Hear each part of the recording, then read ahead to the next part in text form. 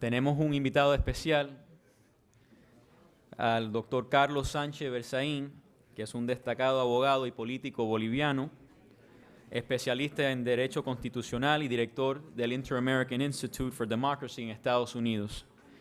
Ha patrocinado en Bolivia causas históricas en materia de defensa de las libertades fundamentales y del control de constitucionalidad. Ministro de Estado de la República de Bolivia 5 veces, fue ministro de Defensa en los gobiernos del presidente Gonzalo Sánchez de Lozada, miembro del CEAL de Bolivia, y ha sido precandidato presidencial del Movimiento Nacionalista Revolucionario en el año 1996 y sirvió como diputado nacional del 97 al 2002. Nos viene a hablar de la democracia en América Latina, un análisis objetivo de la democracia en América Latina, su influencia y efectos en los ciudadanos, sus derechos fundamentales, las libertades y la libre empresa. Con la democracia como parámetro, hoy existen 2 Américas. ¿Se puede hacer algo para cambiar esta crítica situación? Doctor Sánchez.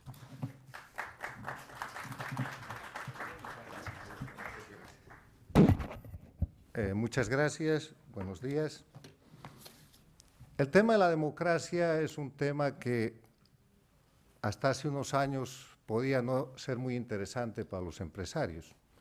Pero hoy, con la América que tenemos, con muchos empresarios que han tenido que trasladar sus dineros, sus operaciones y en algunos casos sus propias personas y familias de la América Latina a otros sitios más seguros, como por ejemplo Estados Unidos, la Florida, Miami, Europa. Hablar de democracia es un tema que interesa cada vez más porque además en América Latina, aunque lo queramos soslayar, tenemos una crisis de democracia. Yo voy a hacer un análisis en base al único elemento en el que se puede hacer un análisis político serio, y es la descripción y la visión de la realidad objetiva, o sea, lo que está pasando. Voy a repetir seguramente para ustedes hechos, situaciones y cuestiones que conocen, que pasan en sus países y que aparecen en los diarios de toda América Latina y del mundo. Si queremos nosotros utilizar un parámetro para comparar, como dirían los marxistas, un eje de contradicción para saber cómo se mueve la política en América Latina, quiero decirles que en mi criterio el eje de contradicción de derechas e izquierdas ya está superado. Y está superado porque tenemos muy importantes gobiernos de izquierda, como el anterior gobierno de Chile, el actual gobierno del Uruguay, el actual gobierno del Brasil, que tienen una apertura liberal de mercado, el respeto absoluto de derechos, no tienen presos políticos, tienen una justicia más o menos independiente y ustedes pueden trabajar bien. Son países en crecimiento, hay libertad para la gente. ¿Qué izquierda? Todos quisiéramos esa izquierda. Y si hablamos de gobiernos de derecha, vamos a mirar cómo gobiernos como el de Chile tienen que llegar al gobierno y volver a tener una agenda social. Lo que está pasando es que el proceso de globalización, el proceso revolucionario mundial que se ha producido a fines del siglo pasado y del cual somos parte en este siglo, ha hecho desaparecer esa contradicción y hoy día es nada más un rótulo, a veces conservadores y liberales aquí en Estados Unidos, pero no es un marco académicamente adecuado ni realmente adecuado para hablar de política. Yo prefiero, cuando hablamos de América Latina, hablar de países democráticos y no democráticos. ¿Por qué?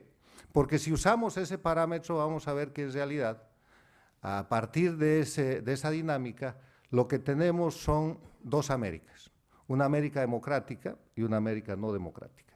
Esto se empieza a producir a fines del siglo pasado, el 99, cuando Hugo Chávez se vuelve presidente de Venezuela y en busca de respaldo ideológico, político y de mantenerse en el gobierno hace alianza con la Cuba de los Castro.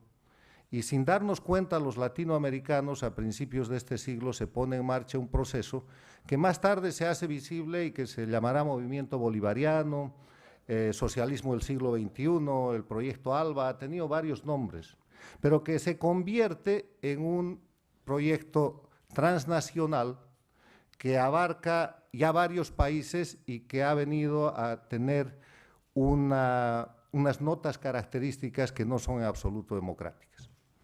Con ese marco de referencia histórico, fijemos un pequeño marco de referencia conceptual.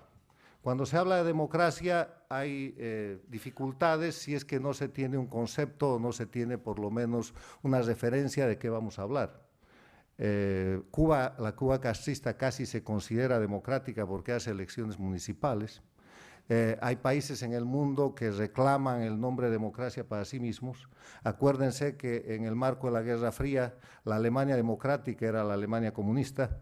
Entonces, para hablar de democracia en América tenemos que acudir a un marco de referencia que es el más exacto y no es otra cosa que un tratado, que una convención internacional firmada por todos los países de las Américas, que se llama la Carta Democrática Interamericana, que el mismo día que las Torres Gemelas de Nueva York eran atacadas se firmaba este tratado en Lima y que ha sido firmado y ratificado por todos los países de las Américas.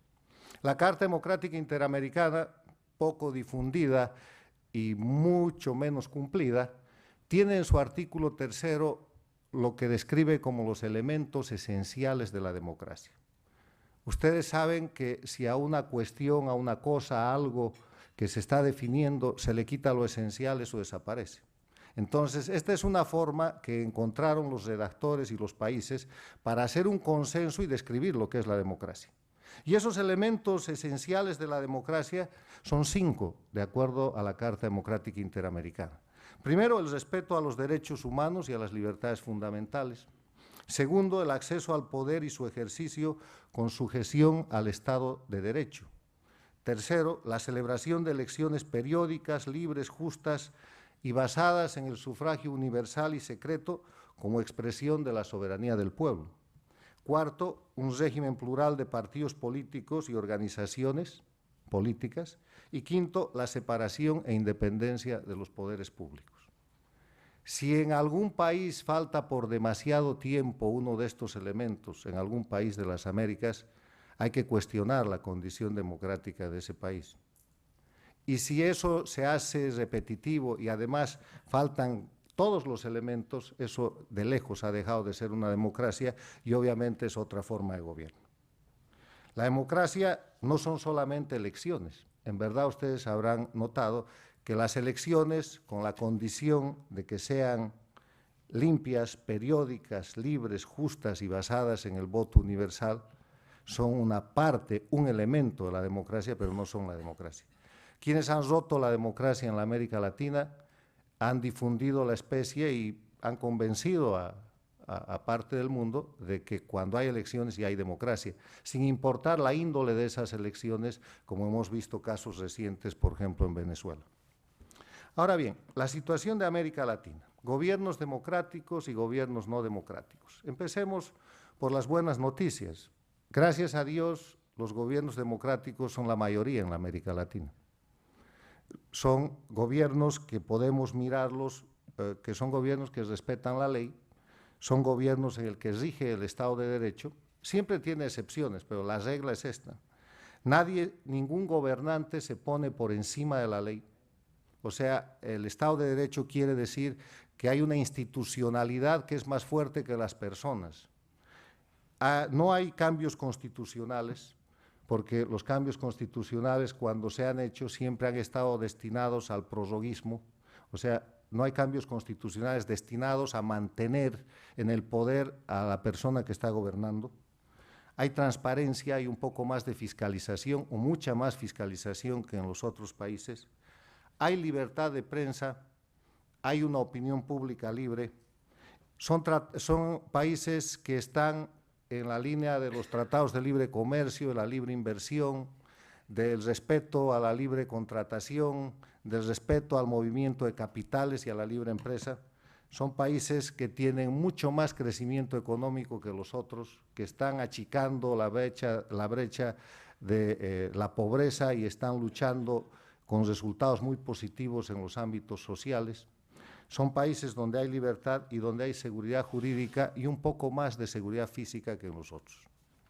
Le pueden poner el nombre que quieran, con más o menos esas son las características de países como México, Panamá, Costa Rica, Colombia, con guerrilla y todo, Chile, el Perú, el Brasil, el Uruguay, no importa que sean gobiernos de derecha o de izquierda, son gobiernos que tienen un elemento que puede resumir todo esto: previsibilidad. Ustedes saben cuándo ha de hacer la próxima elección, ustedes saben que si no pasa nada extraordinario, si no se enferma o renuncia, el presidente se va a ir en tal fecha, los senadores y diputados se van a elegir en tal otra. Hay un juego de una dinámica política donde hay una pluralidad de partidos. Ustedes saben que si deciden apoyar a cualquier movimiento político o amigo que decida hacer política, no van a ser reprimidos por eso, ni su empresa va a ser puesta bajo la luz del gobierno que está de turno. Hay previsibilidad. Los estados y los gobiernos no democráticos son todo lo contrario. Tal vez la característica fundamental es que hay una persona por encima de la ley. ¿Recuerdan ustedes a Hugo Chávez diciendo: exprópieme esa industria, quíteme ese supermercado, entre a esa fábrica, tráigame, mande al juez y meta a la cárcel a este señor o a esta señora, destitúyame a esa juez? ¿Y dónde está la ley? ¿Dónde está el Estado de Derecho? O a Evo Morales, presidente de Bolivia, diciendo que él le mete nomás y que si viola la ley eso lo arreglarán los abogados, que es más importante su proyecto político que el respetar la ley. O al señor Correa expresándose públicamente con relación a cómo ha de confiscar canales de televisión, propiedad privada de empresarios, cómo ha de liquidar a un periódico porque hay un columnista que escribió una columna que no le gustó y los dueños del periódico tienen que ser enjuiciados con una indemnización de varios millones de dólares, cómo le dice a la justicia el resultado que quiere en un proceso, etcétera. Entonces, aquí hay gente que se ha puesto por encima de la ley, que es el jefe del gobierno, por lo tanto no hay Estado de Derecho. Son países en los cuales se han operado cambios constitucionales para permitir la reelección indefinida de los gobernantes. Han visto ustedes la sucesión cuasi imperial en Venezuela. Legalmente, de acuerdo a la propia constitución de Chávez, Maduro no podía ser el candidato o no podía ser el presidente en ejercicio mientras se reelija. Ha roto todas las reglas, pero ahí está el presidente. En Bolivia han empezado ya el fraude electoral para la tercera reelección de Evo Morales, que de acuerdo a su constitución, a su propia constitución, y además de acuerdo a compromisos que había suscrito con la oposición, entre comillas, no podía ir a una tercera reelección. Le ha pedido a su Tribunal Constitucional una interpretación y el tribunal ha dicho que Bolivia empieza cuando se hace la nueva constitución de Evo Morales y que la elección anterior a ese comienzo histórico del nuevo país no cuenta. Entonces ahí va, y el próximo año seguramente en diciembre del 2014 veremos a Evo ganando la elección y ser felicitado por ser un presidente democrático. Gran farsa, pero que todo el mundo acompaña y acompañamos. El otro tema es la justicia. El tema de la justicia tiene que ver con esa división de los poderes del Estado, del poder público. La justicia tiene el gran rol del equilibrio precisamente para limitar el poder, porque si el poder es absoluto, eso deja de ser democracia. Y en estos países que no son democráticos, se ha convertido a la justicia en un instrumento del poder ejecutivo, en un mecanismo que el presidente, llámese Chávez, Maduro, Morales, Correa, Ortega, utiliza a su discreción.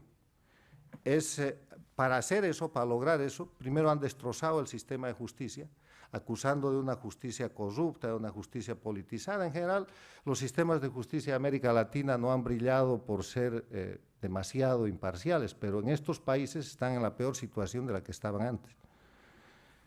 La han reformado, inclusive con ayuda de cooperación internacional. Ustedes saben que la última reforma de justicia del Ecuador ha contado con el apoyo económico de la Agencia para el Desarrollo de los Estados Unidos, de USAID, a través de un fondo asignado a la American Bar Association, que ha participado en el destrozo del sistema de justicia y en la creación del sistema de justicia de Correa, que hoy trata de ser vendido al mundo como imparcial.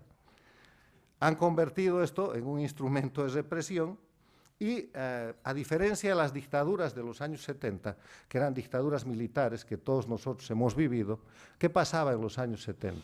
Cuando se perseguía a alguien que se oponía al régimen, en la noche o al amanecer llegaba a la puerta de su casa un conjunto de vehículos, bajaban un grupo de matones, uniformados o no, requisaban y destrozaban la casa y se llevaban a patadas a la pobre víctima y era un preso político, un desaparecido político, un exiliado político. Hoy día, ¿qué pasa en estos países que no son democráticos y que son parte del proyecto del socialismo del siglo XXI? Llega un aviso del fiscal y después uno es convocado donde el juez y ya sabe cuál es su destino. O tiene que hacer una transacción que proponga el gobierno al gusto que quiera, ya sea entregar su empresa de comunicaciones, ya sea transferir una cantidad de acciones o pagar, como ha sucedido a través de un sistema de corrupción, o simplemente no hay transacción y lo que espera es la cárcel, como ha pasado, por ejemplo, se calcula que en Venezuela hoy día hay decenas de presos políticos. En el Ecuador hay gente que está por entrar a la cárcel, parlamentarios que simplemente se opusieron al régimen y que están enjuiciados con 15 años de prisión. En Bolivia está preso un hombre que apoyaba mucho a Evo Morales, un político que se llama Leopoldo Fernández, que era el gobernador de Pando y que un día lo llevaron preso a La Paz y sin juicio está ahí desde hace años. Ahora le han concedido la gracia de que porque se ha enfermado vaya preso a su casa. Entonces la justicia se ha convertido en estos países en el instrumento de represión que utilizan, además para perseguir a la gente, porque si alguno de estos perseguidos tiene la buena suerte de escapar, inmediatamente se habla de extradición y empiezan a producir sentencias que mandan a los países democráticos con viso de seriedad y de demanda para que les devuelvan a los criminales. Se ha criminalizado la política, se ha judicializado la actividad social porque el Poder Judicial está en manos de esta gente. Eso obviamente ha incrementado la corrupción y en muchos de estos países hay el tema del narcotráfico. Para no ofender a nadie, empezaré por casa, yo soy boliviano y en mi país cuando el presidente Sánchez Lozada dejó el poder, forzadamente el año 2003, habían 3.000 hectáreas de coca ilegal. Hoy día hay cerca de 45.000. Y no es de extrañar porque el presidente de la República es el dirigente de los sindicatos de cultivadores de la coca ilegal. Y esas 45.000 hectáreas de coca que producen 4 cultivos al año están inundando sobre todo al Brasil, a la Argentina y de ahí para Europa a esas sociedades con la cocaína made in Bolivia. Y ese es un tema que algún momento ha de tener que ser visto con seriedad por gobiernos como el del Brasil, porque no puede tener una frontera tan grande con Bolivia y permitir que ahí se esté formando algo que no yo, por ejemplo, Univisión ya ha denominado que es un narcoestado. O por lo menos se ha preguntado si ese es un narcoestado. Y en democracia no puede haber narcoestados, porque en democracia, de nuevo, lo que tiene que regir es la vigencia de la ley. La libertad de prensa. En estos países la libertad de prensa simplemente ha desaparecido.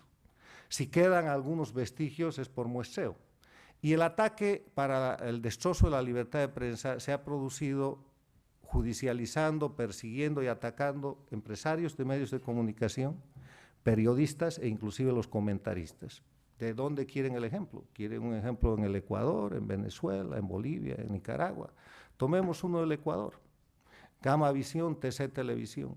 Con el gran pretexto de estar persiguiendo una situación bancaria, lo primero que hace el gobierno es meterse al bolsillo sus canales de televisión y otros medios escritos.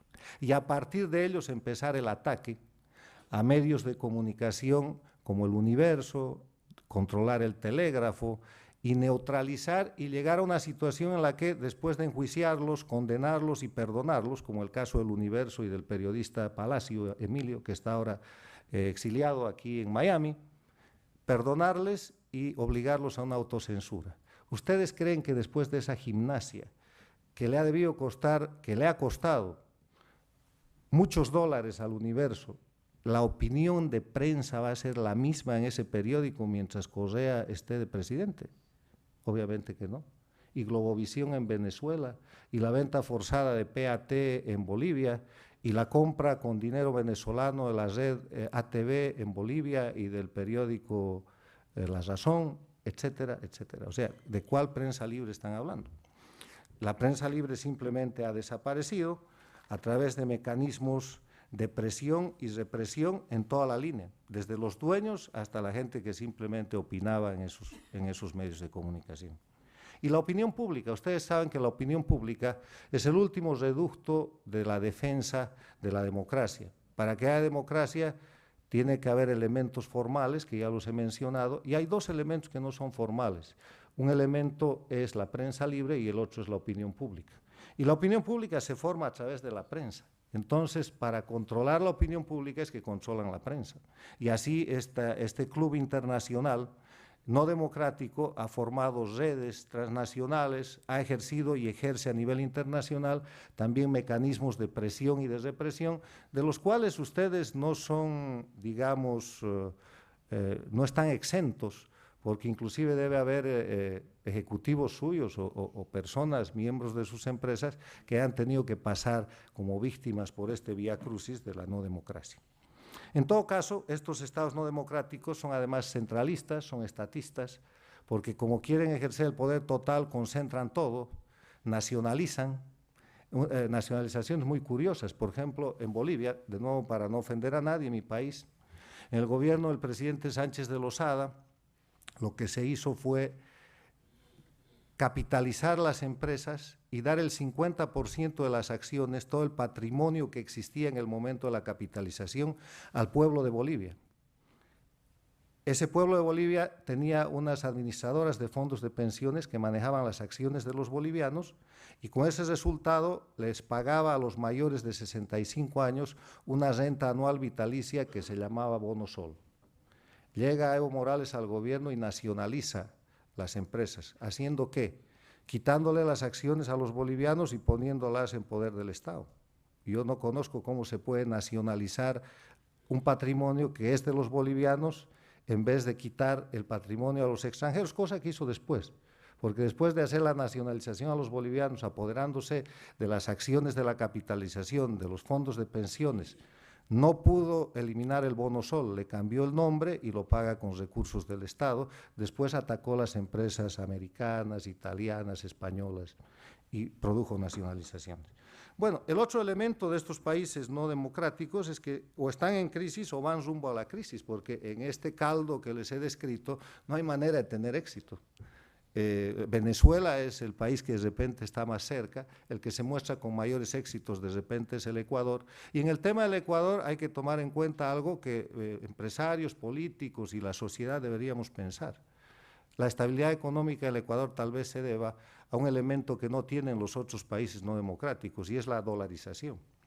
La moneda que cursa en el Ecuador es el dólar y lo único que Correa no ha tocado es la dolarización. Entonces, ahí hay una economía que está creciendo, le está haciendo obras. Lo que no se sabe, por falta de transparencia, como en todos estos países, es cuánto le debe Correa a la China, o cómo es la cuenta con Venezuela, o qué tipos de contratos petroleros de reciprocidad sobre campos muy importantes en el Ecuador ha hecho Correa con PDVSA. Hay cosas que no se saben, pero que hoy día parece un gobierno con éxito económico, sin duda, pero miren la dolarización. Venezuela ya está en crisis, Bolivia que bajen un poquito más los minerales o que tenga algún bache por allá y el tema del narcotráfico sea un poco controlado, va a ser un país en una crisis casi inmediata, donde el recuerdo de la crisis económica, de la hiperinflación de los 80 del gobierno de Siles Suazo va a ser un pálido recuerdo y un pálido reflejo, pero ahí van, son países que no tienen éxito. Y en materia de la libertad de los individuos, de la libertad de las personas, estos países que no son democráticos son países que tienen perseguidos políticos, no son políticos perseguidos, son perseguidos políticos, que quiere decir empresarios, ciudadanos, dirigentes sindicales, periodistas, hombres y mujeres, gente del pueblo, gente que los llevó al poder, que están perseguidos por una causa política. Y la causa política es que dejaron de ser amigos, ya no les gusta o tuvieron el atrevimiento de oponerse o querer formar algún movimiento o auspiciar o dar unos centavos a algún candidato, lo que fuera. O de repente tener una empresa exitosa en la cual el centralismo y el estatismo del gobierno tiene interés. Perseguidos políticos que no son perseguidos a la violenta, como en la década de los 70, sino perseguidos judicialmente con jueces y fiscales. En consecuencia de eso hay presos políticos y también hay exiliados políticos. Si ustedes pueden contar el exilio cubano, que data desde 1959 por millones de personas que han salido al exilio en 54 años, pueden contar el exilio venezolano por miles. Aquí en Miami hay una ciudad que es El Doral, que tiene un alcalde venezolano. ¿Y eso por qué? Porque son los venezolanos que votan ahí. Esos son los miles de exiliados que están aquí en otros lugares. Y por esa razón el señor Chávez le ha hecho la gracia al exilio venezolano, al que no puede quitar la ciudadanía, de quitarles el consulado para que no puedan votar en Miami y tienen que hacer caravanas para ir a votar a Nueva Orleans. Los exiliados políticos venezolanos por miles, los bolivianos por centenas. Hay exilio político en los Estados Unidos, hay exilio político en el Perú, hay exilio político en el Paraguay boliviano, hay exilio político boliviano en el Brasil, hay exilio político en España. No lo hay en Chile porque Chile en determinado momento empezó a expulsar a la gente que pedía asilo y esos señores están en la cárcel, un gobierno de derecha. Y el exilio político boliviano además nace en octubre 17 del año 2003, hace casi 10 años, cuando en la marcha de este proyecto se derroca al gobierno constitucional del presidente Sánchez Lozada y la gente creía que eso terminaba ahí. Mucha de la gente que aplaudió ese derrocamiento y que inclusive participó en su legalización, hoy día está exiliada. De los 6 gobernadores que habían en la denominada media luna, de 9 departamentos que tiene Bolivia, 6 eran opositores a Evo Morales, 5 están, 1 en la cárcel, 4 en el exilio. De los candidatos presidenciales hay gente en el exilio. Está de los gobernadores Cosío exiliado en el Paraguay, Reyes Villa exiliado en Washington, está exiliado, todos están exiliados y los que no están exiliados están presos. Y hay otra gente que no siendo exiliada no puede volver a Bolivia. Uno de los oradores que ustedes van a tener hoy día es una de esas personas, fue candidato presidencial y al ser candidato presidencial está marcado en Bolivia y en consecuencia no se le ocurra volver porque si no tiene le han de hacer un pleito, un juicio. Y las acusaciones que tienen que ser impresionantes o son de matanzas, de genocidio, o son de terrorismo o son de corrupción. Y eso es muy impresionante. En el empresariado boliviano cruceño que ustedes deben conocer, hay un joven líder que es empresarial, sus padres hicieron mucha fortuna y él es un empresario de banca y de todo, que se metió al Comité Cívico de Santa Cruz, no a la política. Y el gobierno le montó un caso de terrorismo y hoy día está exiliado en el Brasil. Entonces, el exilio boliviano, que es por centenas, está distribuido en diferentes lugares. Y después viene el exilio ecuatoriano, que es por decenas todavía, pero que está conformado por empresarios, que está conformado por periodistas y que está conformado por políticos. Y el exilio nicaragüense, que es por individuos que no pueden volver a su país. Estas son las notas características que marcan inseguridad jurídica, inseguridad personal e imprevisibilidad. Uno depende de la voluntad de ese presidente en un Estado no democrático y ya es hora de que eso deje de llamarse democracia. Voy a dedicar unos minutos para que hablemos en este marco de lo que son las elecciones. Un poco para dejar argumentos de estos países que no son democráticos y que dicen aquí hay elecciones y nosotros ganamos elecciones y por lo tanto somos democracia. Mentira. Porque las elecciones en esos países han roto la periodicidad. Si ustedes miran Venezuela, Ecuador, Bolivia, Nicaragua, han multiplicado los procesos electorales porque en cada elección o referéndum lo que hacían era romper la institucionalidad anterior y transformarla a su medida. Segundo, elecciones libres. No son libres, elecciones justas tampoco, y no son elecciones de sufragio universal. Les voy a explicar por qué.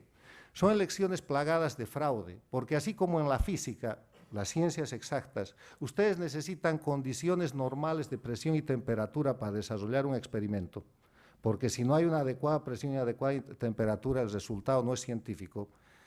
En la política, en la democracia, en las elecciones, ustedes necesitan condiciones de democracia. Para que una elección sea limpia, hay que ver el antes, el durante y el después de la elección. Y estos señores cometen fraude y rompen la situación de democracia en esas 3 instancias. Antes, ¿cómo lo hacen? La identificación la controla el gobierno. En mi país, antes la controlaba la policía, hoy día la han entregado a una cuestión civil del gobierno que está controlada por los cubanos. O sea, si manejan su identificación, ya manejan todo. Porque de ahí viene el proceso de inscripción. Después de la inscripción determinan dónde la gente va a votar. Después vienen las inscripciones de los candidatos, a quienes en general, si son muy fuertes o representan algún peligro, anulan con un juicio. Miren al señor Rosales en Venezuela, miren al candidato López en Venezuela, que hubiera inhabilitados. De esos hay decenas en Bolivia y hay gente también que ha pasado por ahí en el Ecuador. El propio hermano del presidente del Ecuador, que escribió el libro El Gran Hermano, Fabricio Correa, ha sido inhabilitado judicialmente para que no haga su partido político y vaya a la anterior elección. ¿Por qué? Por las cortes electorales del señor Correa, que en estos países no son imparciales. Y en la campaña electoral, que es el antes, al día de la elección, ¿quién puede competir con la plata, con la prebenda, con la propaganda y con el control absoluto de los medios de comunicación que tiene el gobierno de Maduro, el gobierno de Correa, el gobierno de Ortega o el gobierno de Evo Morales? Nadie. Son heroicos los venezolanos que se han metido en esa campaña, que ciertamente han debido ganar, pero que no hay manera de que demuestren. Durante el día de la elección, ¿cómo viene el fraude?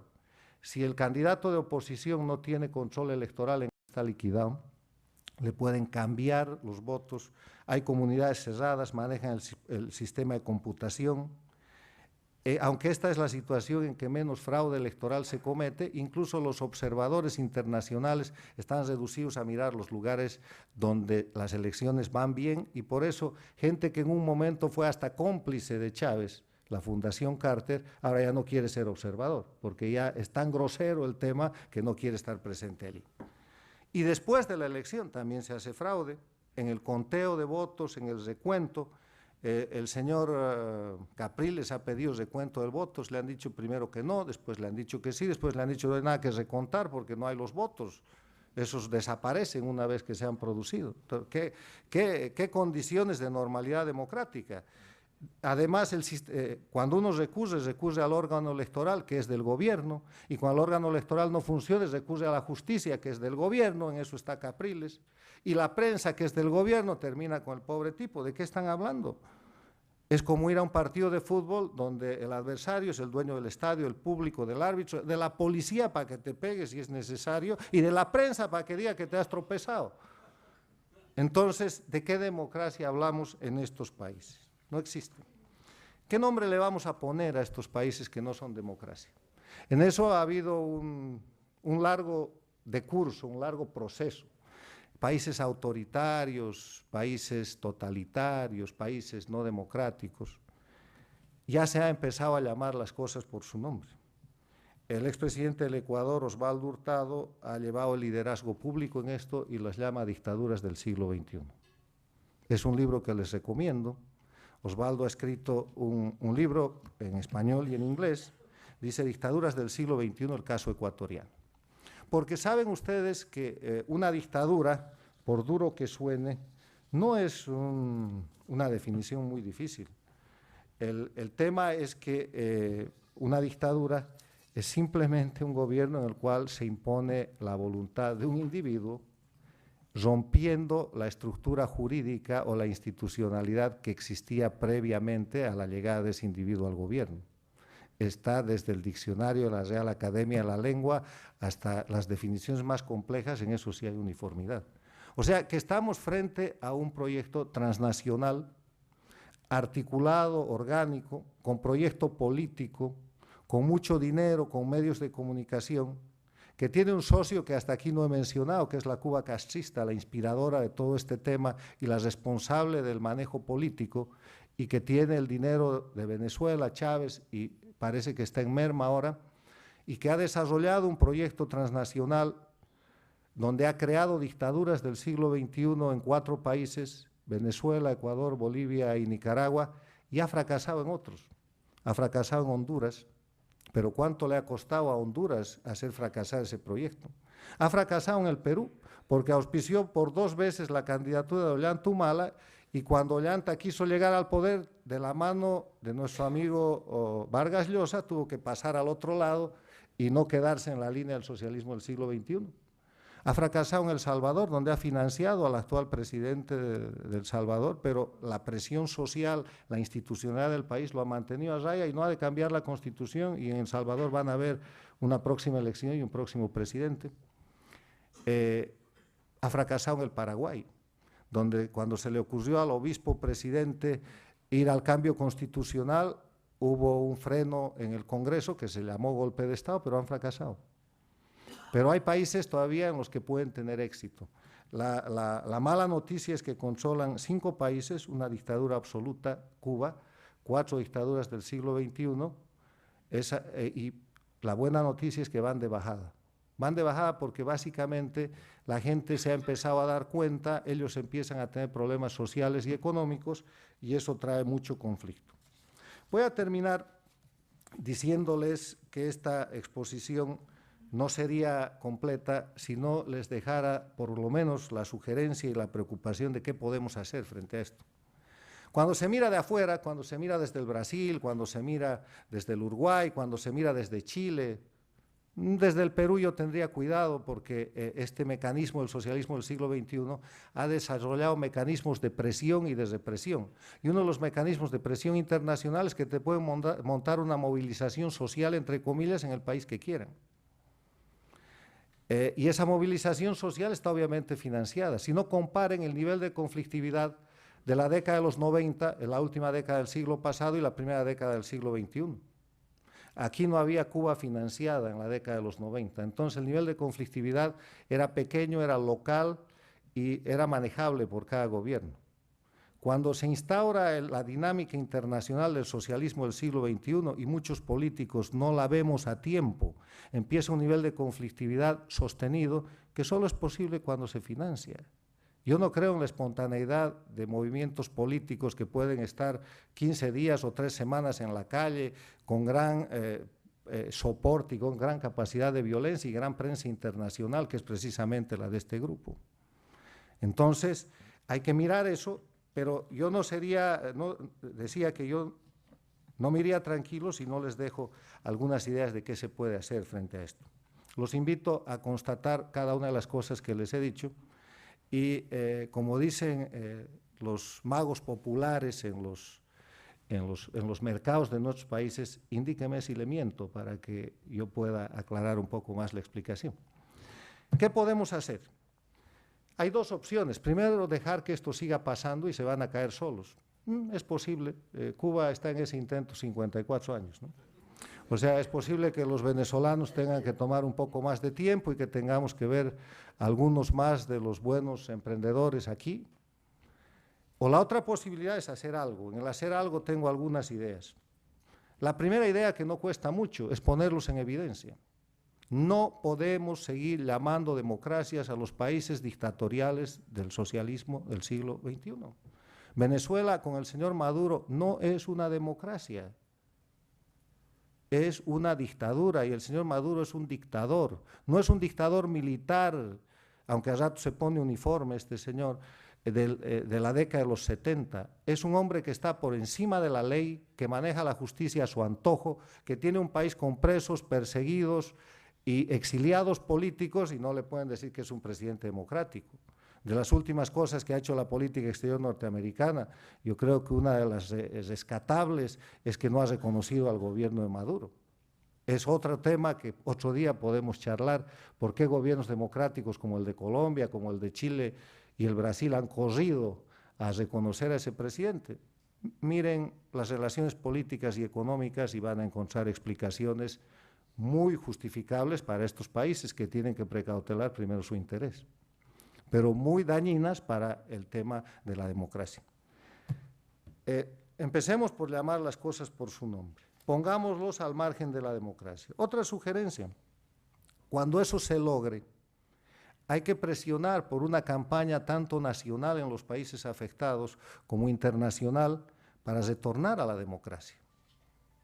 Porque en la época de los 70, de las dictaduras militares, se volvió a la democracia cuando había una presión internacional adecuada y cuando se le ocurrió al gobierno americano hacer de la democracia un paradigma de su política exterior. Y funcionó.